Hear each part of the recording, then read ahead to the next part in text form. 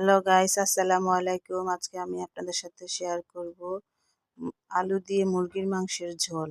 আমি প্যানে তেল বসিয়ে দিলাম, তেলের মধ্যে পেঁয়াজ তেজপাতা দিয়ে দিলাম। লাল হয়ে গেলে কিছুটা পানি দিয়ে একে একে সবগুলো মশলা দিয়ে দেব। হলুদ গুঁড়ো, মরিচ গুঁড়ো, ধনিয়ার গুঁড়ো, জিরের গুঁড়ো, লবণ, আদা রসুনের পেস্ট দিয়ে ভালো করে মশলাটা কষিয়ে নেব।